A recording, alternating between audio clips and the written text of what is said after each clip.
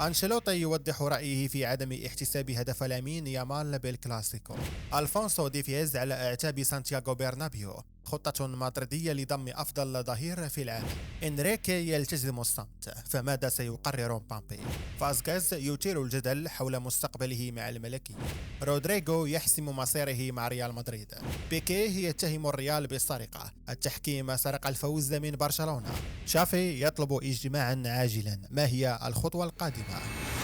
كمادريديستا أشعر بالأسف الشديد لمحاولة برشلونة المستمرة للتشكيك في نتيجة مستحقة تماما لريال مدريد في الكلاسيكو الأخير. فما حدث بالأمس كان انتصارا كرويا صريحا لرجالنا دون أي مساعدة من التحكيم كما يزعم البعض. لا جديد في محاولات برشلونة للتشكيك في نتائج مبارياتهم ضد ريال مدريد، فلطالما اعتمدوا على رواية الضحية المظلومة للتغطية على عجزهم عن مجاراة تفوقنا على أرض الملعب. نعم، لقد انتشر فيديو يظهر أن الكرة ربما لامست خط المرمى، لكن هل هذا يعني بالضرورة أن الهدف كان يجب احتسابه؟ كرة القدم رياضة تعتمد على قرارات الحكام في لحظات ثانية، وقراراتهم تبقى نهائية حتى مع وجود تقنية الفيديو. سيطر ريال مدريد على مجريات المباراة منذ البداية، وقدم أداء هجوميا رائعا نتج عنه 3 أهداف مستحقة. بدلا من الاستمرار في البكاء على الحليب المسكوب، حان الوقت لبرشلونة أن يقبل الهزيمة بصدر رحب ويركز على تحسين مستواه في المباريات القادمة. فالدوري الإسباني لم يحسم بعد، وريال مدريد لن يتزال عن لقبه بسهولة.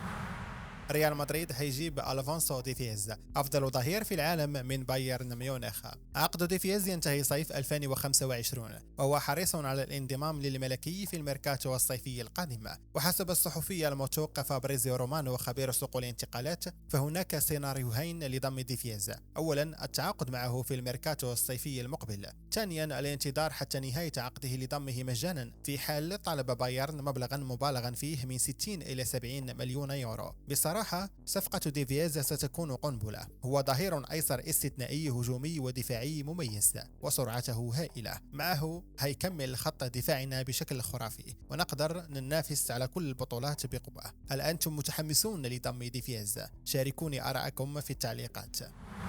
سمعتم آخر أخبار بامبي؟ المدرب إنريكي صامت تماما، لا ينطق ببنت. يقول سألتزم الصمت حتى تتحدث الأطراف المعنية. الأطراف المعنية طبعا هم بامبي نفسه وإدارة سان جيرمان. يعلم إنريكي جيدا أن بامبي أقرب لريال مدريد من أي وقت مضى، لكنه لا يريد إفساد أي شيء قبل التأكد الرسمي. نحن في ريال مدريد هادئون منتظرون بفارغ الصبر. نعلم أن بامبي حلم طفولته هو اللعب معنا، ونعلم أيضا أنه يريد الفوز بدوري أبطال أوروبا، وهو ما لم يحققه مع سان جيرمان حتى الآن. كل الظروف مهيئة لانضمام بامبي إلينا، ونحن واثقون من أن ذلك سيحدث قريبا. في غضون ذلك علينا التركيز على مبارياتنا في الدوري الإسباني ودوري أبطال أوروبا. لا نريد أن نشتت انتباهنا بأي شيء آخر، فهدفنا واحد: تحقيق جميع الألقاب هذا الموسم.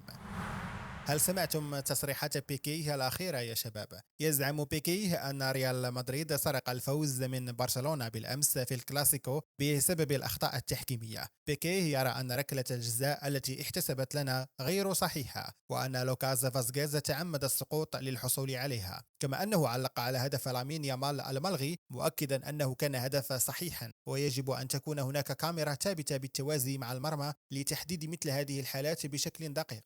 طبعا نحن في ريال مدريد لا نؤمن ببكاء بيكي، ونعلم أننا حققنا فوزا مستحقا. لكن ماذا عنكم يا شباب؟ هل توافقون بيكي على رأيه؟ شاركونا آراءكم في التعليقات.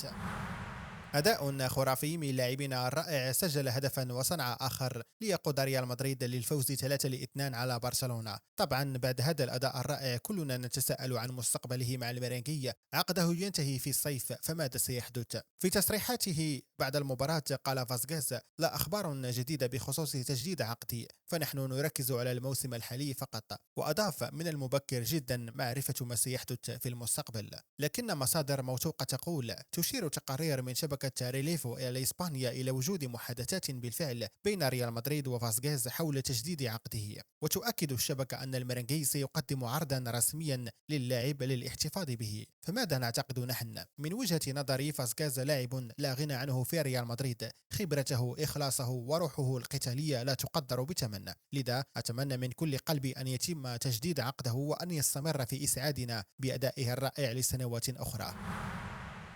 هل سمعتوا عن الهستيرية اللي عند تشافي بعد الخسارة؟ يقولون إنه طلب اجتماع عاجل مع إدارة برشلونة عشان يناقش مسألة استمراره في الموسم الجاي. شو رأيكم يا شباب؟ هل راح يقدر يحصل على ضمانات قوية عشان يقنعوه يفضل مع الفريق؟ أنا شخصيا مستمتع بمشاهدة هزيمة برشلونة، خصوصا بعد كل التصريحات المتعجرفة اللي طلعوا فيها مؤخرا. ويبقى السؤال، هل سيستمر تشافي مع برشلونة أم سيرحل؟ ما زالت الشائعات تطارد نجمنا الإسباني ناتشو فرنانديز بخصوص إمكانية رحيله إلى الدوري السعودي، وارتبط اسم ناتشو بقوة بانتقال محتمل إلى دوري روشن خلال فترة الانتقالات الصيفية القادمة، وذلك مع اقتراب نهاية عقده مع ريال مدريد بنهاية الموسم الحالي. ولكن حسم مدربنا الإيطالي العبقري كارلو أنشيلوتي الجدل حول مستقبل ناتشو، مؤكدا أن قرار البقاء أو الرحيل متروك بالكامل للنجم الإسباني. وقال أنشيلوتي: ناتشو يمتلك قراره بين يديه فيما يتعلق بمستقبله، ويجب علينا احترام قراره بكل تأكيد، لكنه لاعب مهم للغاية بالنسبة لنا في ريال مدريد، ونقدر ما قدمه لنا خلال مسيرته الطويلة مع الفريق. تصريحات أنشيلوتي تشير إلى أن ريال مدريد لن يقف عائقا أمام رغبة ناتشو في خوض تجربة جديدة في الدوري السعودي، خاصة مع تقدمه في العمر 33 عاما ورغبة النادي في تجديد دماء الفريق. ولكن في نفس الوقت يؤكد أنشيلوتي على أهمية ناتشو بالنسبة للفريق، واصفا إياه باللاعب المهم للغاية. فما هي وجهة ناتشو القادمة؟ هل سيقرر البقاء في بيته الريال مدريد أم سيغادر إلى دوري روشن بحثا عن تحديات جديدة؟ فقط الوقت سيجيب عن هذا السؤال. ولكن مهما كان قرار ناتشو فسيظل دائما نجما مخلصا لريال مدريد، وسيحفر اسمه بحروف من ذهب في تاريخ النادي الملكي. رودريغو حسم موقفه نهائيا وقرر البقاء في مدريد.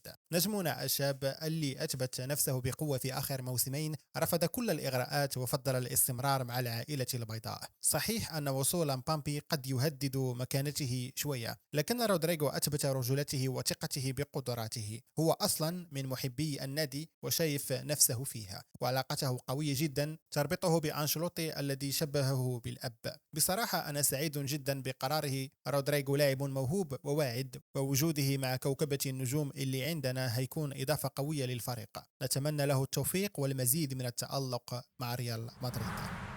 سخر البرازيلي فينيسيوس جونيور جناح فريق الكرة بنادي ريال مدريد من أحد لاعبي برشلونة، ويتعلق الأمر بفيرمين لوبيز لاعب برشلونة، والذي احتفل بهدفه في مرمى الريال خلال مباراة الكلاسيكو. وقام أحد المشجعين بالسخرية من فيرمين لوبيز الذي احتفل بفرد ذراعيه بعد إحراز هدف برشلونة الثاني في الدقيقة 69 على طريقة بيلينغهام، والذي سجل بدوره هدف الفوز، ليغرد المشجع قائلا: كان يظن نفسه بيلينغهام، في إشارة إلى نجم برشلونة. وفوجئ المشجع بالبرازيلي فينيسيوس جونيور يعلق على تغريدته برمز الوجه الضاحك ليشاركه السخرية من نجم برشلونة، علما بأن فيني وقع على الهدف الأول للريال من ركلة جزاء في الدقيقة 18.